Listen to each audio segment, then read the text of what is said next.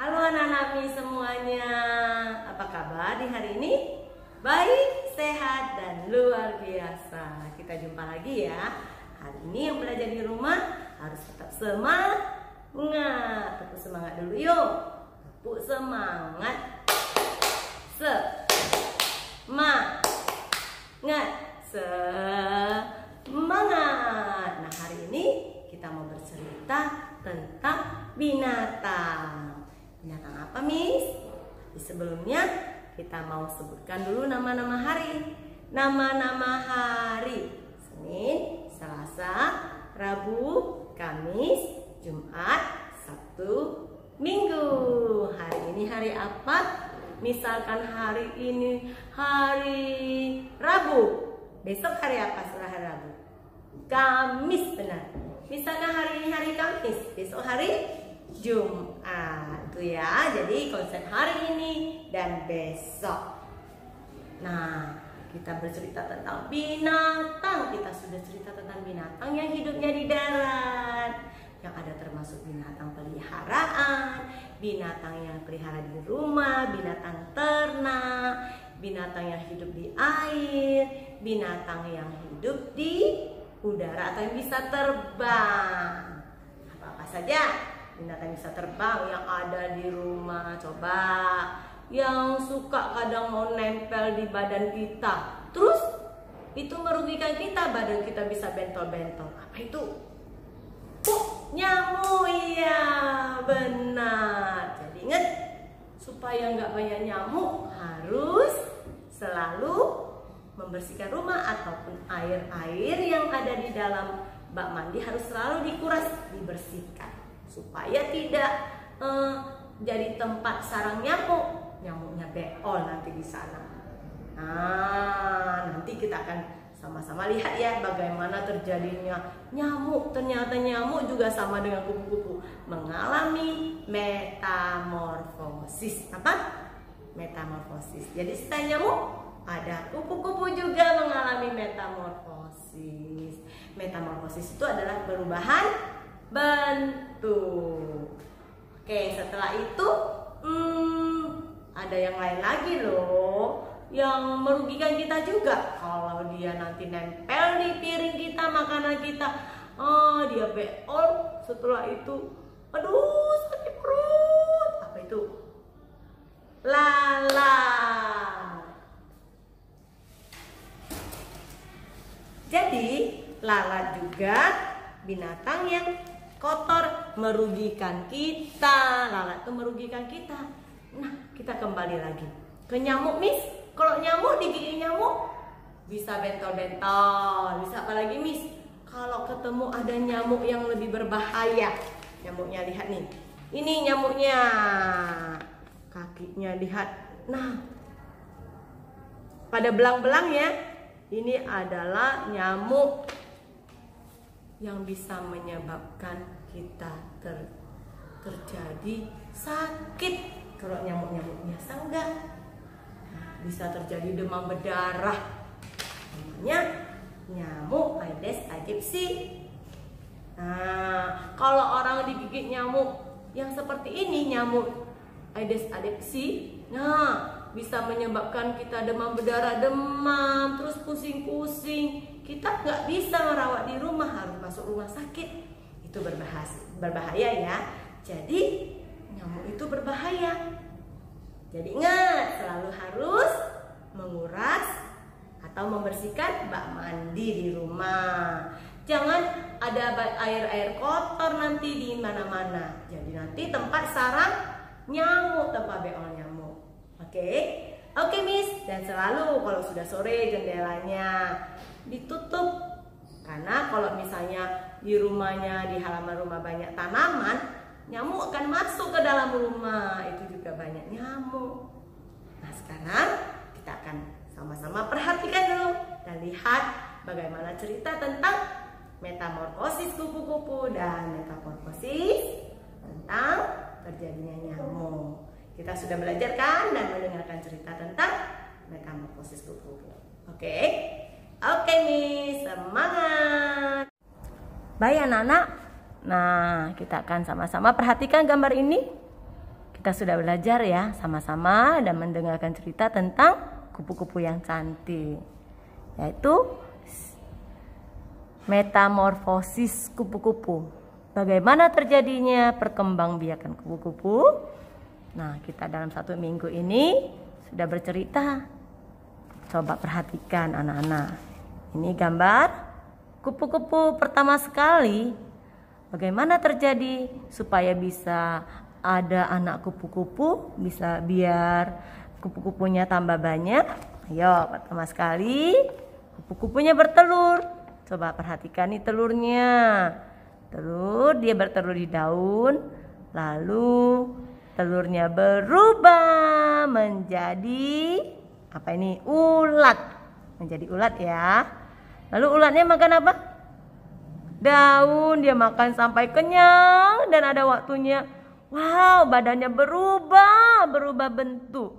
Waktunya dia harus istirahat tidur. Dia akan tidur di tempatnya, namanya apa ini? Kepompong. Perhatiin, kepompongnya tergantung di batang-batang daun.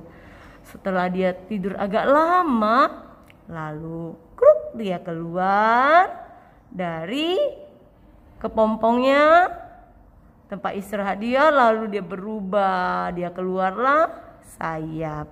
Namanya apa? Kupu-kupu. Ya, ini adalah metamorfosis kupu-kupu. Sekarang selain metamorfosis kupu-kupu, kita juga belajar tentang metamorfosis daur dan daur hidup nyamuk. Nah, metamorfosis itu apa? Bisa jawab ya. Metamorfosis itu berarti dia mengalami perubahan bentuk.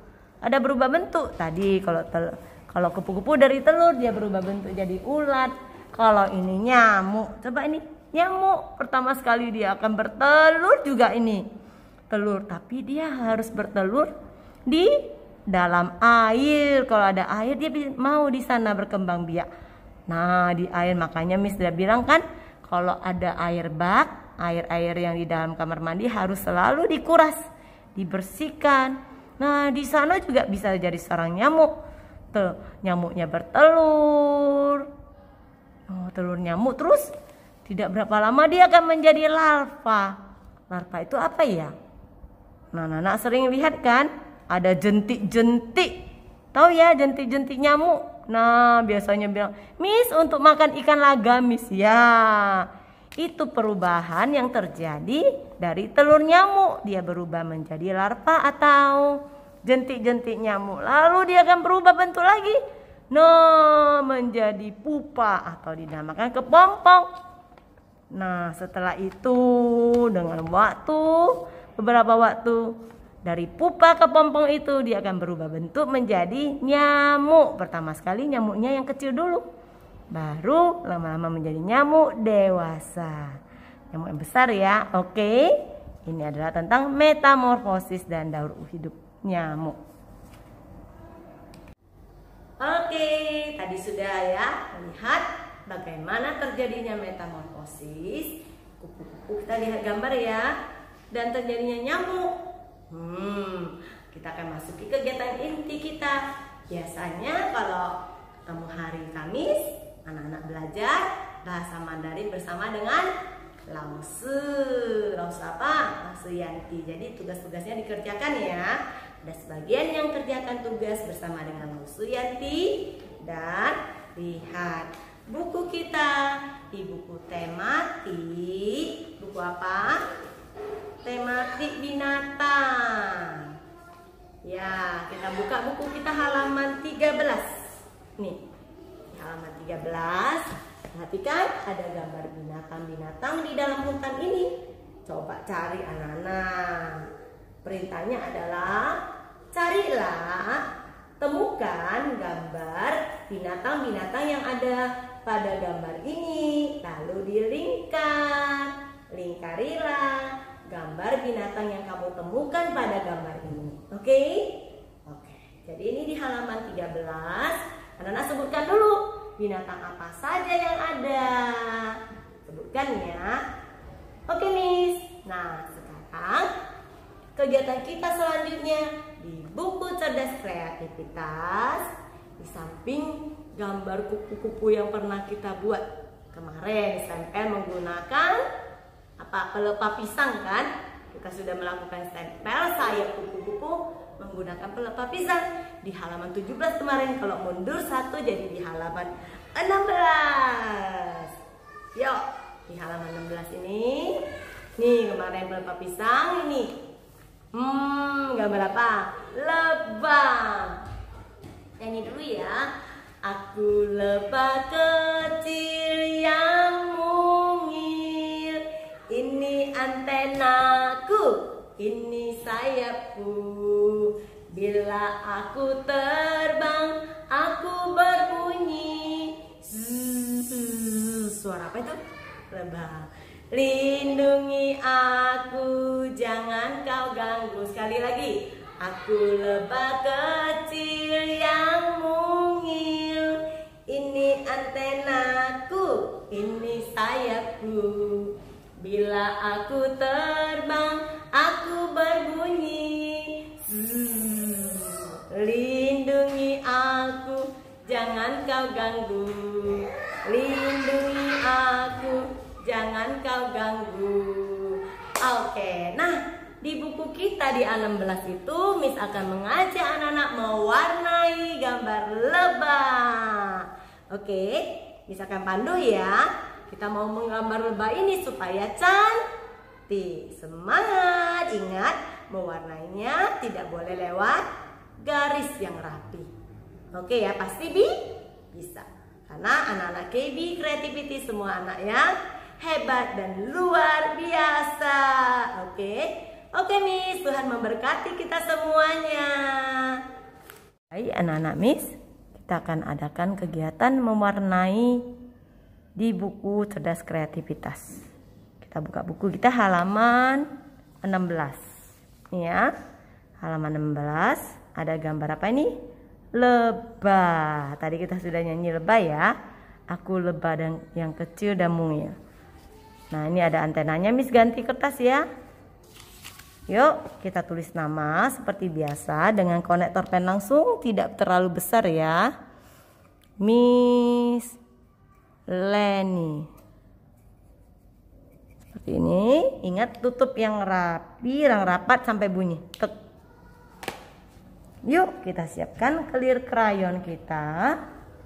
Kalau lebah warnanya kuning dan hitam. Kita siapkan hitam, kuning. Nah, kuning yang lebih muda lagi. Oke, kita mulai mewarnai ya. Kita akan mulai dari gambar kepalanya. Yuk, ambil kuning dan kuning muda. Sekarang kita mewarnai. Yuk, kita buat garis ya, lingkaran lengkung seperti ini. Lengkung seperti ini dulu. Nah, baru kita mulai mewarnai. Kuning,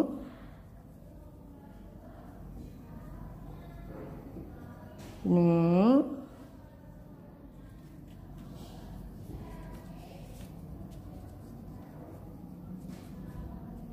ya. Setelah itu ambil kuning muda, kita gradasi. Campurkan dengan kuning muda. Gradasi. Ya, mulutnya juga kuning muda. Gradasi. Di dalam matanya ini kita kasih warna krem. Sedikit aja. Baru kita campurkan dengan warna putih.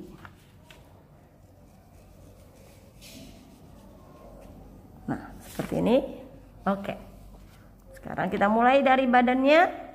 Ambil kuning, bukan kuning muda ya, kuning.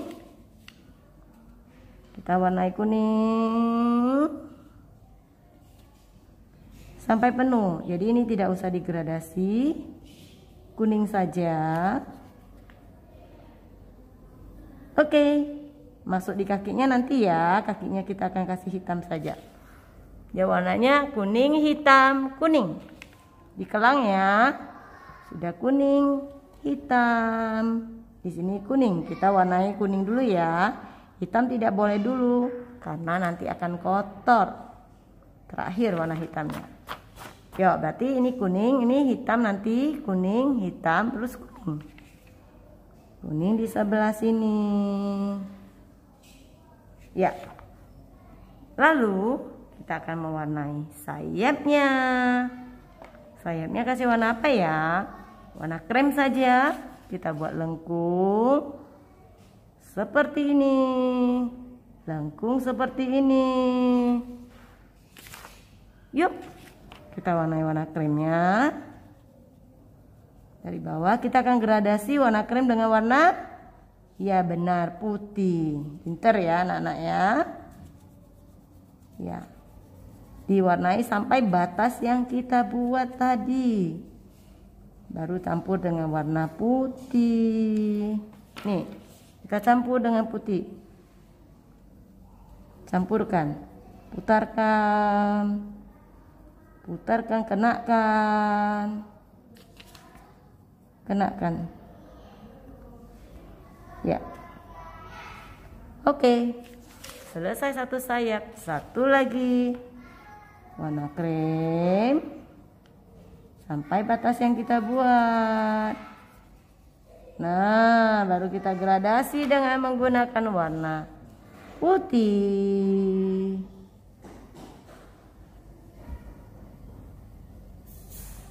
Ya, dengan warna putih. Ya, selesai. Yuk, kita ambil warna hitam. Hitam.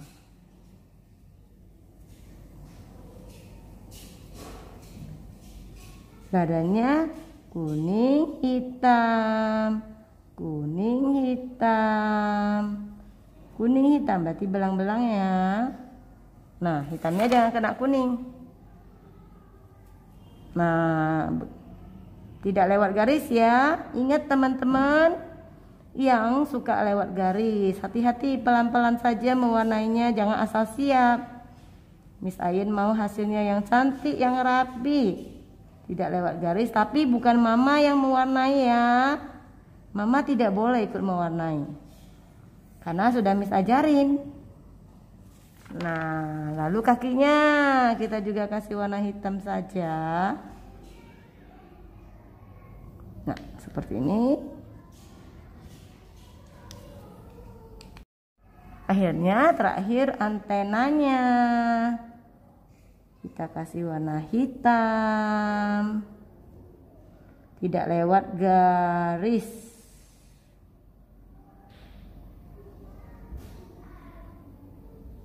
Jadi tidak lewat garis ya, pelan-pelan saja, jangan asal siap, dirapikan. Seperti ini. Sudah selesai.